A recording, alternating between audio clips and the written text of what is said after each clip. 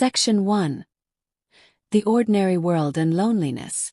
I used to think loneliness was something you only felt when you were truly alone. But the truth is, I was surrounded by people every day. Neighbors in the hallways, co-workers at the office, even my roommate who shared this small apartment with me. Yet, inside I felt invisible, forgotten. It had been years since I had felt the warmth of being seen as more than just another face in the crowd.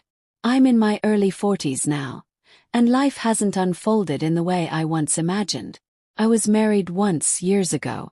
I thought I had found the man I would grow old with, but dreams like that sometimes end quietly. Ours ended with silence, long before we ever signed papers. After that, I told myself I didn't need love. I didn't need romance. I could build my life on independence, on work, on simple routines. For a while I believed it. But every night when I turned off the lights and lay in bed, there was an emptiness I couldn't ignore. I didn't just want someone to talk to. I wanted to feel like a woman again. To feel wanted, desired, alive. My roommate, Claire, was different from me. She was carefree, younger in spirit, even though we weren't far apart in age. We weren't best friends, more like two women who had learned to share space and expenses comfortably. Her son, Daniel, didn't live with us. He was in his early 20s, building his own life, and only visited occasionally. That night, everything started so casually.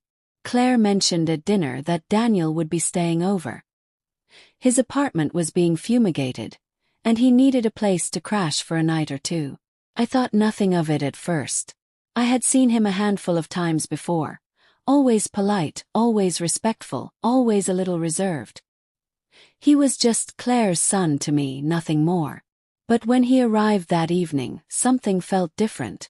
Maybe it was the way he smiled when he saw me. His eyes lighting up as if he were genuinely happy I was there. Maybe it was the way he carried himself. Confident but not arrogant, with a quiet warmth that filled the room. I couldn't explain it, but in that moment, I felt something stir inside me that had been buried for years. We all sat together for a while, talking and laughing over dinner. Claire eventually excused herself to her room, leaving Daniel and me still at the table. The conversation shifted easily. About books, about movies, about small things that didn't matter yet felt strangely meaningful.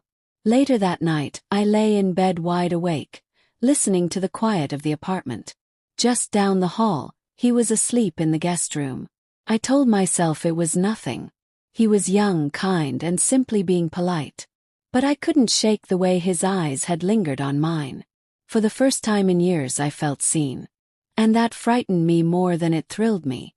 Because deep down, I knew something inside me had just been awakened. And there would be no way to silence. Section 2. Growing tension and emotional connection. The next morning, I woke to the sound of soft laughter coming from the kitchen. For a moment I thought I was dreaming, but then I remembered. Daniel was here. I took a deep breath before stepping out of my room, suddenly conscious of how I looked, though I didn't want to admit it even to myself. He was standing by the stove making coffee, sunlight spilling through the window behind him. Claire was still asleep. When he saw me, he smiled, handing me a mug without asking how I took it. Somehow, he already knew. We sat together at the small table, sipping coffee. The conversation came easily. He asked me questions about my job, about the places I wanted to travel, about the things that made me happiest. It startled me how intently he listened. Most people ask questions only to answer them themselves. But he was different. Every word I spoke seemed to matter. The more we talked, the more I realized how long it had been since someone really paid attention to me. Not as a roommate, not as a coworker, not as just another middle-aged woman, but as a person. I told myself it was harmless, that I was simply enjoying good conversation. But inside something was shifting. I could feel it in the way my heart quickened when he leaned closer, in the warmth that rose in my chest when his hand brushed mine as he reached for the sugar. That day stretched out slowly, filled with moments that lingered. We cooked together, laughing over small mistakes. We watched a movie, sitting a little too close on the couch. Every glance carried an unspoken message. Every laugh held a quiet echo of something deeper. I kept reminding myself of who he was. My roommate's son, much younger than me, someone off limits. But my heart wasn't listening. My body wasn't listening. I had spent so long shutting those feelings away that now, with the smallest spark, they came flooding back stronger than ever. That evening, Claire excused herself early again, leaving Daniel and me alone in the living room. The silence between us was heavy, not uncomfortable but charged. He looked at me for a long moment before speaking. "You know, you don't give yourself enough credit," he said quietly. "You talk about yourself like you're invisible, but you're not. Not to me." The words lingered in the air, wrapping around me like a blanket I hadn't realized I needed. For a moment I couldn't breathe. That night, when I lay down to sleep, the walls of my room felt closer than ever. I stared into the dark, restless, replaying his words over and over again. I knew this was dangerous. I knew I was teetering on the edge of something I couldn't control. And yet, deep inside, I didn't want to step back. Section 3. Crossing the line. The night it happened was quiet, almost too quiet. Claire had gone to bed early, her door shut, the apartment still. I sat in the living room with a book I wasn't reading, the words blurring on the page. My thoughts kept drifting to Daniel. When he came out of the kitchen with a glass of water, our eyes met, and for a moment, neither of us looked away. He hesitated, then walked over, sitting beside me on the couch. Too close. My heart pounded so loudly I was sure he could hear it. "What are you reading?" he asked, his voice low, as though he didn't want to wake the world around us. I showed him the book, but I couldn't have told him a single thing about it. My mind was somewhere else entirely. I could feel the warmth of him next to me, the electricity in the air between us. We talked for a while about nothing and everything. His dreams, my regrets, the things we wanted from life but had never admitted out loud. At one point our hands brushed again. This time neither of us pulled away. I knew it was wrong. Every thought in my head told me to stop, to draw a line, to get up and walk away. But my body betrayed me. My heart longed for the closeness, for the connection I had been missing for so long. When he reached for my hand, I let him. When he leaned in, I didn't move. And when his lips finally met mine, all the walls I had built over the years came crashing down in an instant. It wasn't just a kiss, it was an awakening, a reminder of everything I thought I had lost. His touch was gentle yet certain, and for the first time in years I felt alive. Truly alive. One kiss turned into another, and another. The lines blurred until there were no lines left at all. In that moment I wasn't thinking about right or wrong, about age or labels or consequences. All I could feel was the heat of his breath, the strength of his arms, the rush of being wanted again. And yet, even in the middle of it all, guilt seeped in. This was Claire's son. I was betraying her trust, crossing a line that could never be uncrossed. But the guilt wasn't enough to stop me. When it was over, we sat together in silence, breathing heavily, both knowing what we had done could never be undone. He reached for me again, but I pulled back slightly, overwhelmed by the weight of what had just happened.